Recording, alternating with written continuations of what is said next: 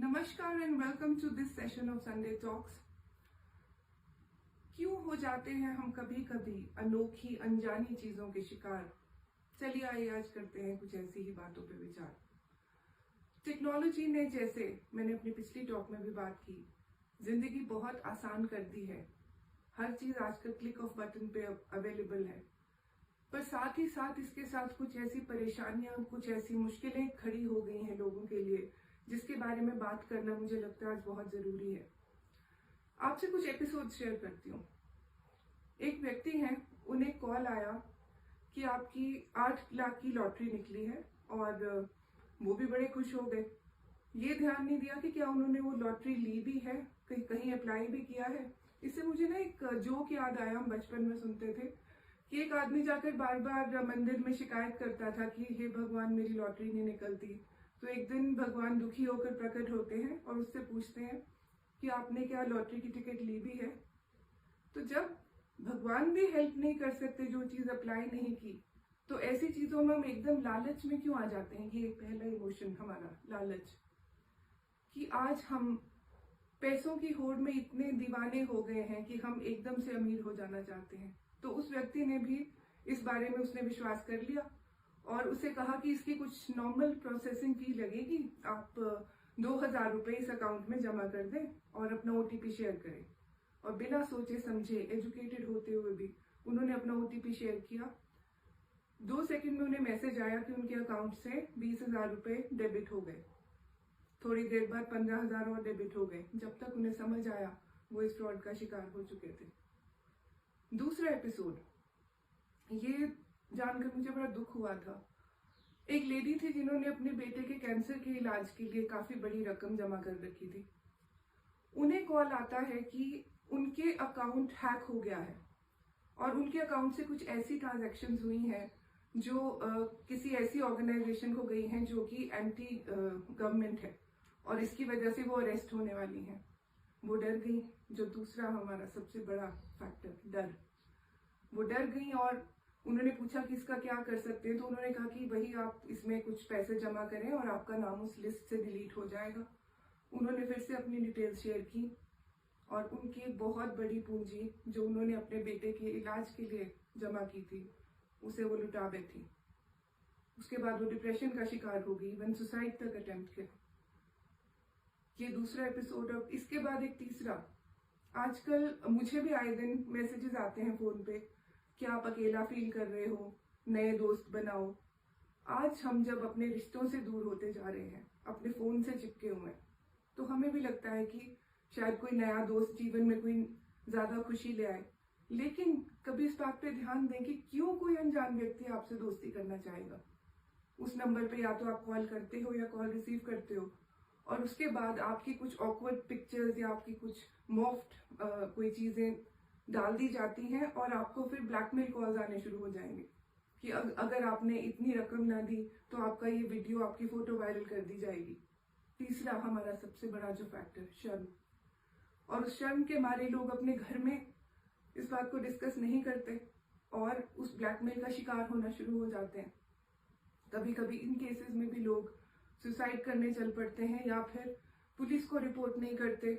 यही जो सबसे बड़ी गलतियां आज करते जा रहे हैं लोग, ज्यादातर एजुकेटेड लोग। मेरा निवेदन है, कुछ चीजों पे जरूर ध्यान अगर हम दें तो हम अपने आप को कितना सेफ, कितना सुरक्षित रख सकते हैं। आप देखिए, आप कभी भी अनजाने कॉलर्स का कॉल ना लें। अपना व्हाट्सएप नंबर जो आप यूज करते हो, वो वाला नंबर रखिए जो आपके बैंक या आधार कार्ड से लिंक ना हो। हम आजकल ना अपने डिजिटल फुटप्रिंट्स कितने क्रिएट करते हैं। हम हर चीज अपनी शेयर करेंगे सोशल मीडिया पर कि मैं यहाँ घूमने जा रहा हूँ, मेरा बच्चा यहाँ पढ़ने जा रहा है, या फिर अगर आप किसी बीमारी से ग्रस्त हैं तो फिर वही बात, मेरा निवेदन है कि अपनी पर्सनल इंफॉर्मेशन, अपनी हेल्थ रिलेटेड इश्यूज, अपनी फाइनेंशियल कंडीशन के बारे में जितना कम हो सके शेयर करें सोशल मीडिया पर, क्योंकि आप क्रिएट कर रहे हैं अपने डिजिटल फुटप्रिंट्स। उसी वजह से आपको कभी कॉल आएगा कि अच्छा, आपका बेटा तो यहाँ पर पढ़ रहा है, उसे यहाँ पर पुलिस ने अरेस्ट कर लिया। आप फिर घबरा जाएंगे। या फिर कोई कहेगा कि किसी का एक्सीडेंट हो गया आपके नोन का, तो आप उस समय कृपया ध्यान से, विवेक से काम लें कि कोई कॉल पे आपको कह रहा है कि पैसे जमा कर दे। आप प्लीज इस बारे में पुलिस को सूचित करें, आप साइबर सिक्योरिटी को इन्फॉर्म करें। 155260 नंबर है, याद रखिए 155260, या फिर cybercrime.gov.in, यहाँ से आप हमेशा हेल्प ले सकते हो।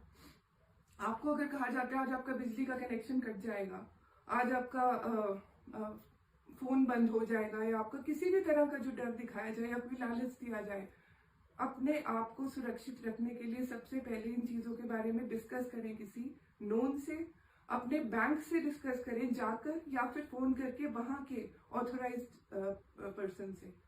और अनऑथोराइज्ड जो एप्स आजकल कई बार आता है कि एप्स डाउनलोड करो, अनऑथोराइज्ड एप्स ना डाउनलोड करें। कभी आएगा कि कोई शुभ समाचार मिलेगा, इस लिंक पे क्लिक करें। अब ऐसा कौन सा शुभ चिंतक है आपका जो आपको लिंक के ऊपर क्लिक करने के ऊपर शुभ समाचार देने वाला है? ना करें उसे, क्योंकि ऐसी चीजों के साथ ही आपके जो आपकी डिटेल्स हैं वो कॉम्प्रोमाइज हो जाते हैं। बहुत आसान होता है इन चीजों से सुरक्षित रहना, थोड़ा सा अगर हम ध्यान से रहें और कोई भी चीज किसी अनजान के साथ शेयर ना करें। कुछ छोटी छोटी बातें और हैं, जैसे कि कभी भी किसी पब्लिक प्लेस में अपना फोन अगर चार्ज करने के लिए रख रहे हैं, उसे अनअटेंडेड ना छोड़ें। कोई आके आपको कहे कि वो किसी मुसीबत में है, उसे फोन करना है, तो मैं नहीं कह रही कि उसकी हेल्प ना करो, लेकिन अपना फोन ना दो अनजान व्यक्ति को। आप उसे नंबर मिलाकर दें और अपने सामने उसकी बात कराएं। तो ऐसा नहीं है कि हमें अपनी कोई इंसानियत छोड़ देनी है, लेकिन खुद भी सुरक्षित रहना बहुत जरूरी होता है। साथ ही साथ में उन लोगों से एक चीज पूछना चाहूंगी जो ये सब करते हैं, किसी की जीवन भर की पूंजी लूट लेंगे। पहले लोग अपने घरों में बड़े बड़े ताले लगाते थे, मजबूत तिजोरियां रखते थे, लेकिन आजकल जैसे हर चीज डिजिटाइज हुई है वैसे ही फ्रॉड भी डिजिटाइज हो गए हैं। लेकिन याद रखिए, है तो फ्रॉड ही ना, आप भी चोरी ही कर रहे हैं, आप भी धोखा ही दे रहे हैं। किसी की मेहनत की कमाई अगर अब इस तरह से जाएगी तो ये इंसानियत के खिलाफ भी तो एक इंसानियत के खिलाफ कदम है। अपना जो आपको इतना अच्छा दिमाग दिया उसे अच्छे काम में लगाएं। इस पे कुछ पंक्तियां याद आती हैं कि छल करोगे तो छल मिलता है, कर्मों का फल मिलता है, पसीना बहाने से बल मिलता है, और मेहनत करने से ही सुनहरा कल मिलता है। सुनहरा कल अपने लिए भी बनाओ, सबके लिए बनाओ। और अंत में सिर्फ यही कहूंगी कि मेरे इस निवेदन को किसी सीरियल का डायलॉग ना समझना। सतर्क रहें, सुरक्षित रहें, खुश रहें। Thank you so much.